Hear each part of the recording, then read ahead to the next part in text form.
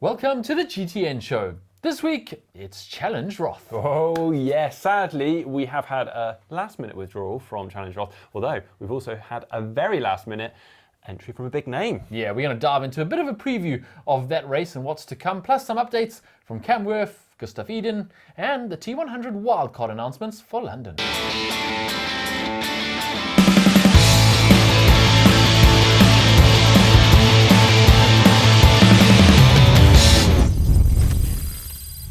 Okay, starting off as we usually do, things we spotted on social media, and this one is a bit upsetting because last week I spoke about this great bonus. Thomas Rodriguez is going to go after this sub 2 hour 30 marathon bonus at Challenge Roth, and he's now announced that he's not doing it. Yeah, damn, bummer. If anyone could do it, it was probably him or Patrick Langer. Patrick Langer will still be doing it, but yeah, Thomas Rodriguez has announced that he will not be racing due to personal reasons. We have no idea what that actually means, but he won't be racing Roth. It does kind of open him up for the rest of the Pro Series, though, if he's not fitting Challenge Roth into his calendar. Some more bad news. This is Rich Cruse. You may remember Rich Cruse as a photographer, or maybe you've never actually come across his name, but I can almost guarantee you've come across his photos.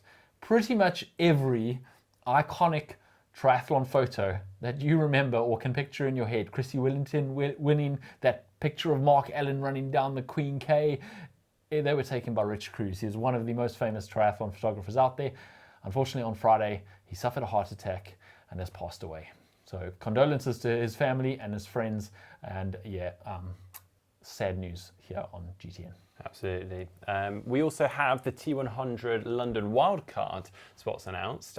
So we now have Sophie Caldwell, Jess Learmonth, Els Visser, Hayley Chura, Lisa Norden, and Anne Reichman. Yeah, exciting to see those. Sophie Caldwell being passed over for the Olympic spot. She's got a bit of an axe to grind. Think she's ready for a T100? I think she'll be very good, in fact, yeah. I think she will. This may be the start of a middle distance career that we are talking about for a while. On the men's side, the wild cards are, well, the wild card favourites, aren't they? Carl Smith, who made very good use of his last wild card to come second at San Francisco T100, and Yuri Kulin, who made very good use of his wild card by winning Singapore T100, are both the wild cards for London. Do you think there'll come a point where a couple of names that, you know, Brad Weiss we were talking about last week, he's maybe focusing more on Ironman, they just get to a point they go, you know what, we're going to swap these people out. Yeah, swap contracts. So nice. Scratch out one person's name, put the other ones on the T100 contract. I mean, essentially, let's be honest, if Carl Smith or Yuri Kulin do well in these, they've essentially got a contract for the rest of the series anyway, don't they? We're watching that one closely. All right. This one I think you're going to like. I didn't see this one. Yeah, so Dylan Groenewegen has been spotted wearing this at the Tour de France. What? What is that? I don't know what you call it. An aerobeak? I mean... Is it for aerodynamics? Apparently so. He's actually been reported saying that this is the latest tribute to the altar of aerodynamics. Apparently it's something he asked for.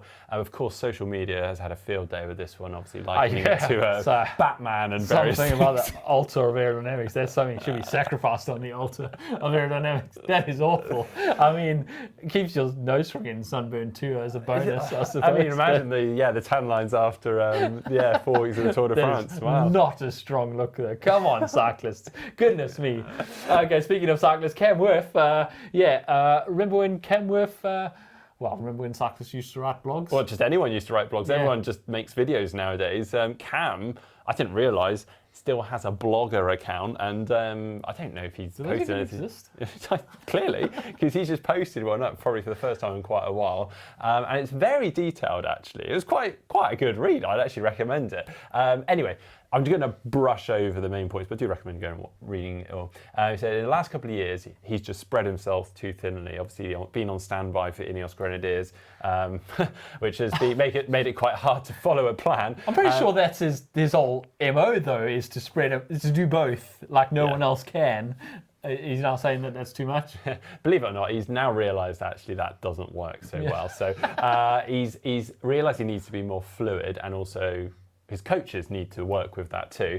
So actually split his season essentially into kind of like 4 phases, culminating this year with a very, very focused phase heading into Kona. So he's all in on Kona, and he's made it quite clear to his coaches, Ineos, that bit is going to be uninterrupted and solely focused on Kona as he goes after a big result there. So how long is a block in Camworth's term? Is he doing like a 4-day block? That'll be a week. That'll be a week after a stage race. Exactly. I need a 4-day block of training for Kona after this last stage race that I'm doing. Probably. I'd probably whack like a marathon in the middle of that week as well. Okay, moving on. Gustav Iden has validated his Kona qualification. Mark didn't really get this initially. You can validate as a previous world champion for Kona by doing 2 70.3 events and simply finishing them. It used to be you just had to finish a full Ironman. Now you can finish 2 70.3s. Gustav Iden finished this past weekend another 70.3 in Les Sables. He only finished 13th, way down the ranking, but he doesn't need to do any more than that. He has now validated for Kona. He's got 4 months to get himself back to Kona winning shape. Yeah, cool. Call me a triathlon fan, but that one absolutely passed by me. I didn't realise that, but I obviously have seen that Gustav has said, he's surprised and overwhelmed a little bit by how far it is back up to the top spot for him. So obviously 13th, well below par for him usually, but he has validated his spot and it's all in now for Kona and getting himself ready. We want to see him back at his best there, so fingers crossed his training goes well from now on. Ironman have also announced a new 70.3, this one in Rockford, Illinois, the first time they're having one there. In 2025, 2026 and 2027, the initial date scheduled for June 22nd, 2025. So if you're looking for a 70.3 in the US, there's a new one for you. And Super Tri, the eSport World Champion, Super Tri E, sorry, we should call it, have now opened up an application process for the host cities of the Super Tri. It's like the Olympic bidding war for who hosts the Olympics. Now he's going to be fighting for hosting the Tri World Champs, I think it is, or the series. I kind of feel like they should be going to the cities and asking them, can we host it in one of your arenas versus... Don't get me wrong, I really like the Super Tri E event, but that was I don't know, we'll see. We'll see if the cities come fighting. All it really needs is a pool though, doesn't it? In an arena. Right? Yeah. Like an indoor Olympic-sized pool where you've got space to put treadmills around the outside. Does that really publicise and kind of promote a city well enough for them to come? Because that could be anywhere in the world. Most people are watching it digitally. Anyway, hopefully we'll get some cities bidding for that and hosting that. Also noticed this on the internet, the Dare to Dream series from World Triathlon. Did you see this, Mark? I haven't. It's a brand new series from World Triathlon of documentaries. Apparently there's going to be 8 documentaries leading up to the Olympic Games, where they follow the favourites and they dare to dream to win Olympic gold. And the first one kind of just goes through all the favourites, a little interview with each of them, wherever they are in the world, and their run up to the Olympic Games, their history. It does get you in depth into it, gets you invested. So it is quite interesting. Also, unfortunately, they've got like Gwen Jorgensen in there, who's clearly that dream's gone. But the rest of them, it does get you pretty excited and pumped up for the Olympic Games. I'm looking forward to episode 2 coming soon. Moving on this weekend, it is Challenge Roth, the place where records are broken, arguably, if not one of the fastest irons distance courses out there. James, as a previous winner, you know the course all too well, so tell us, what's it all about? Oh, what an exceptional course. The crowds are incredible from the morning when you're at the swim start and they just line the banks and the bridge. Incredible. So the swim is in a canal, always wetsuit because they let out water, and it's perfectly smooth. You swim down one side, back up the other, no real current to speak of, it's fast. And then 2 laps of the bike, nice punchy climbs, but then long gradual descents. So you really do get that back on nice smooth roads, so it's a fast course. A lot of people talk about how it's short, but it isn't actually short. 179 kilometers, it's pretty much spot on the right distance. It's not like some people say it's like 172 and stuff. It isn't. It's legit. It's just really, really fast. And then the run is mostly on the side of a canal on like a gravel path, which is perfectly flat and also very forgiving on your legs, which makes for a very fast run course too, which is why the records are set there.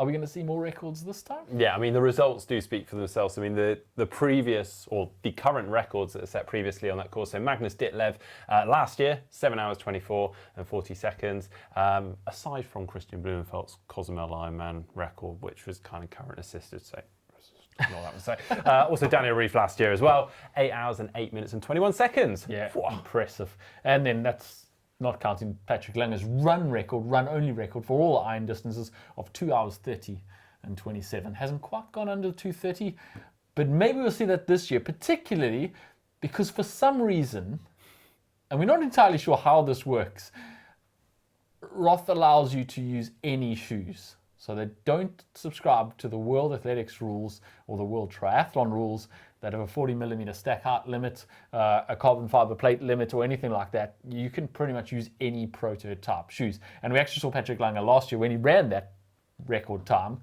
in essentially illegal shoes from Adidas. And I think that the rules have not been tweaked. We figured that was just once off. They hadn't quite rewritten the DTU, the German Triathlon Union's rule book yet, and that will be fixed by the following year. But apparently, the German Triathlon Federation's rule book still doesn't say anything about triathlon, about super shoes. It's kind of weird, isn't it? Because as you say, they follow every other rule by DTU or World Triathlon rules, including some of their own, where they've been quite kind of specific about aero fairings, bottles and bladders down the front of suits. They've essentially sort of made them themselves, but then seem quite lenient in other areas, which work for them. Yeah, you can see why people say, oh yeah, they're tweaking the rules to get records when these kind of things happen. I don't actually know whether other triathlons in Germany that are also under the DTU rules, like Ironman Frankfurt, for example, does not have a shoe rule. And I'm pretty sure they do have a shoe rule, but there's that because Ironman has international rules that rule. Anyway. If anyone knows, let us know in the comment section down below, because clearly we are. Anyway, I believe Patrick Lange will be running in super shoes, as in illegal everywhere else super shoes, but legal in Roth, and trying to go under that 2 hours 30. We'll be watching closely. Rudy van Berg actually posted on one of the posts about this. He said, well, I'm not sure what shoes you wear if you're allowed to wear illegal super shoes, because I only have super shoes. And so I'll be wearing the shoes I wear for all my other races. Well, yeah, if you're interested, the men that will be lining up, or the notable names at least, we've got Magnus Ditlev, Patrick Lange, Rudy von Berg, Daniel Beckegaard, Leon Chevalier, Clement Mignon maybe, because he has got a race within sort of 8 to 10 days. I think it'll be, Peter Hemerick, Leonard Arnold, and the names go on. But one that won't be racing is Kyle Smith, because, well, it sounds like he's now going to be prepping for London. Yeah, I think he entered at the beginning of the season going, we do a few iron distances in there for sure, once I'm fit. And now that T100s are going so well, he's like, well, I think I'll maybe focus on that for all that. And it seems to be going very well for him. A big notable name that has been added to the start list on the women's side, though, is Anna Haug. Yeah, last minute notification too. Like today, we're on the Monday before the race, and she's just announced that she's going to be racing, which is very last minute. She's also had a very, let's call it an up and down season. It's been more like unorthodox, I guess, in terms of kind of the scheduling. But she missed a couple of T100s, then did Ironman Lanzarote, just kind of felt like at the drop of a hat, and ran a 2:49 to win that race by like 43 minutes, which we said at the time seems a bit unnecessary, but she obviously felt good. She then promptly, a couple of weeks later, missed T100 San Francisco for health issues. And then the following weekend, she did 70.3 Nice. Which wasn't didn't a pro have race. A pro feel, and smashed it, running a 1:13.5. So, but there was no pro race. She didn't get any points for that. She didn't get any money for that. It was just an age group race that she went and had a crack at. And now, last minute, she's entered Challenge Roth. So who knows what kind of form she's going to be in, but she has won it before, and she also has a blistering fast run.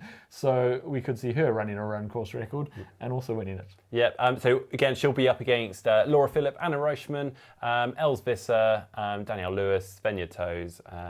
But I believe they are actually somewhat struggling with the depth of field on the women's side. Yeah, this is interesting. You could kind of predicted this at the beginning of the year. There's T100 now, there's the Ironman Pro Series, both with a whole lot of money, not just for the actual events, but also for the whole series. And Challenge Roth, it doesn't fit into either of those series now, and it's kind of at risk of being sidelined a little bit in the world of triathlon, or at least the world of professional triathlon. I think for everyone else who's racing it there, it's still going to be the absolute pinnacle of triathlon, 250,000 spectators on the side, etc. But as far as the elites go, they're going to struggle more and more, I think, to get the top pros to come and break records there when there's so many. Is it time for me to pitch my idea again about the So I challenge was going to event say, being you're going used? to unretire yourself and head to Roth. As a woman as well, because the field is smaller. No, sorry. No, my idea about the T100 series, or not T100, the PTO series being at Challenge Roth, Escape from Alcatraz, using the events. Mark's back on this. Yeah, use the events that are already there as opposed to making them all 100-kilometer races. Yeah, Anyway, I'll stop boring you guys with that one. Interesting though, strength of field for the men's is 92.8, which is still maybe a smaller solid field, but still solid. And on the women's side, prior to Anna Haug announcing her entry into it, it was 85.2, so we would imagine that will bump up a little bit. So again, even though it's a smaller field, it's still flipping strong. Yeah, still a very strong field and going to be very exciting to watch. Okay, Mark, prediction time. Who have you got? All right, so on the women's side, I'm going for... That's a very weak drum roll. Yeah. Anna Haug for the win, Laura Philipp and Els Visser in third. Yeah. And then on the men's side, I'm going to go for Magnus, despite his comeback from injury. He did place fourth in San Francisco, and it's a longer event. So I'm going to say the win. Patrick Langer in second, and I'm going to go for good old Leon Chevalier in third. Yeah, not biased at all on that third place. Well, I actually, independently from Mark, put my own predictions down. And my women's prediction ended up exactly the same as Mark. You can't do that. Exactly, I can't do that. So I figure that Anne Haug's last-minute entry backfires a little bit. Els Visser, who we've seen coming up, finally cracks a big one, a big win, and takes the win ahead of Laura Philipp. And then Anne Haug does cruise it in for third, having not quite the day she was hoping for. But actually, I probably believe Mark's predictions more than my own. On the men's side, I think Patrick Lang is going to win it with a really fast run past everyone. I think Magnus Ditlev is still coming back from injury. I don't think he's on 100% firing. We'll probably see him firing again by Kona, but I don't think he's quite there just yet. And I think Daniel Bakkegaard will probably split them and be behind Patrick Lange ahead of Magnus. Good choice. Yeah, well, let us know your thoughts, your predictions in the comment section down below.